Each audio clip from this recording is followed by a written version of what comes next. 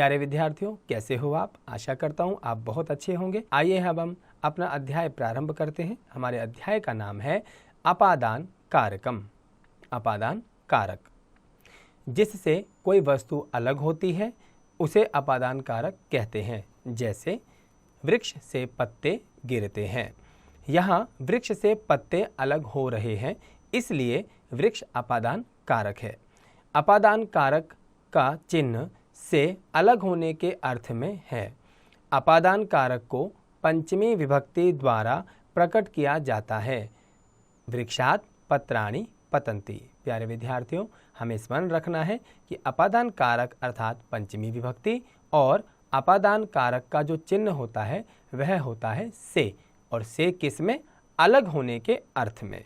मेरे द्वारा पूर्व में भी आपको अपादान कारक अर्थात से और अलग होने के अर्थ में सूचित किया गया था, तो आज हम इसका प्रयोग यहाँ पर देखेंगे। आकारांत पुल्लिंग तथा नपुंसकलिंग शब्दों के पंचमी विभक्ति के रूप लिखने के लिए मूल शब्द के बाद आत, आभ्याम तथा एभ्य जोड़ा जाता है। जैसे विद्यालयात्, विद्यालयाभ्याम, विद्यालयेभ्य, वृक्षात्, वृक्षाभ्याम, वृक्षेभ्य। आकारांत स्त्रीलिंग शब्दों के पंचमी विभक्ति के रूप लिखने के लिए तीनों वचनों में क्रमशः आयः, आभ्याम तथा आभ्य जोड़ा जाता है। जैसे लतायः, लताभ्याम, लताभ्य, बालिकायः, बालिकाभ्याम, बालिकाभ्य। प्यारे विद्यार्थियों, तो आपने अभी समझा कि अब हम जब अपादान कारक का प्रयोग कर रहे हैं तो उसमें पंचमी विभक्ति का प्रयोग होता है, उसका चिन्ह होता है से, अलग होने के अर्थ में। और आपने देखा पुल्लिंग और नपुंसकलिंग के शब्द रूप जब हम बनाते हैं तो उसके अंत में हम आत, आभ्याम और एभ्य जोड़ते हैं। और यदि हम स्त्रीलिंग शब्दों का जब रूप बनाते हैं पंचमी विभक्ति में तो वहाँ पर हम आयः, आभ्याम और आभ्य जोड़ते हैं। तो प्यारे विद्यार्थियों, अब हम अपने इसमें वाक्य प्रयोग प्रारंभ करते हैं। वृक्षात् पत्राणि पतन्ति। वृक्ष से पत्ते गिरते हैं। वृक्षाभ्याम पत्राणि पतन्ति। दो वृक्षों से पत्ते गिरते हैं। वृक्षेभ्य पत्राणि पतन्ति। बहुत से वृक्षों से पत्ते गिरते हैं। मूषकः बिडालात् बिभेति। अर्थात मूषक अर्थात चूहा, बिडालात् अर्थात बिल्ली, बिभेति अर्थात चूहा बिल्ली से डरता है। बिडालः कुक्कुरात् बिभेति, और बिल्ली कुत्ते से डरती है। कुक्कुरः सिंहात् बिभेति, और कुत्ता शेर से डरता है। कृषकाः क्षेत्रात् आगच्छन्ति। किसान क्षेत्रात् अर्थात खेत से आगच्छन्ति आते हैं। ते क्षेत्रात् अन्नम आनयन्ति। वे सभी खेत से अन्न लाते हैं। ते क्षेत्रेभ्य शाकानि अपि आनयन्ति। अर्थात वे सभी खेत से शाकानि अर्थात सब्जियां भी आनयन्ति लाते हैं। सुधा मालाकारात् पुष्पाणि गृह्णाति। सुधा माली से पुष्प ग्रहण करती है। मालाकारः पादपेभ्य पुष्पाणि त्रोटयति। माली पादपेभ्य अर्थात पौधों से पुष्पों को तोड़ता है। सुधा उद्यानात् देवालयं गमिष्यति।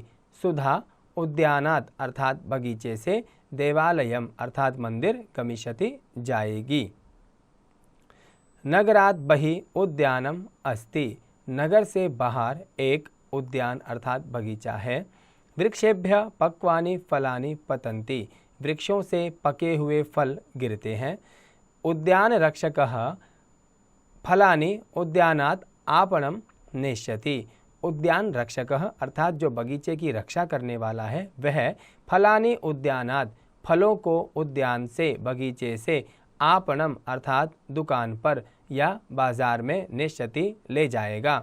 जनाः तानि आपणात् गृहं नेष्यन्ति। लोग उस दुकान से गृहं नेष्यन्ति अर्थात घर ले जाएंगे। कहने का तात्पर्य ये है कि जो उद्यान रक्षक है, जो उद्यान का मालिक है, वह उन सभी फलों को दुकान तक पहुंचाता है और दुकान से लोग अपने घर उन फलों को लेके जाते हैं। संदीपः मात्रा सह गृहात् देवालयं गच्छति। संदीप अपनी माता के साथ देवालय गृहात अर्थात घर से देवालय मंदिर तक जाता है। देवालयात सह प्रसादम आनेष्यति, मंदिर से वह प्रसाद लाएगा। देवालयात सह उद्यानयम गमिष्यति, अर्थात मंदिर से वह उद्यान जाएगा। प्यारे विद्यार्थियों, आप सभी ने यहाँ पर देखा किस प्रकार से अपादान कारक का प्रयोग किया गया है। इन सभी वाक्यों में पंचमी विभक्ति का प्रयोग हुआ है। अब हम यहाँ पर विशेष पढ़ते हैं। जिससे डरा जाता है उसमें पंचमी विभक्ति का प्रयोग होती है।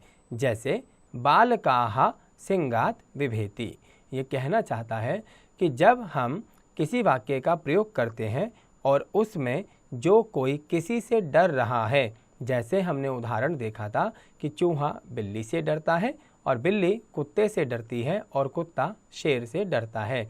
यदि आप ऊपर दिए गए वाक्यों को ध्यानपूर्वक देखेंगे तो वहाँ पर तीनों वाक्यों में जो जिससे डर रहा है उसमें पंचमी विभक्ति का प्रयोग दिखाया गया है। जैसे मूषकः बिडालात बिभेति, चूहा बिल्ली से डरता है तो बिल्ली पंचमी विभक्ति में प्रयोग की गई है।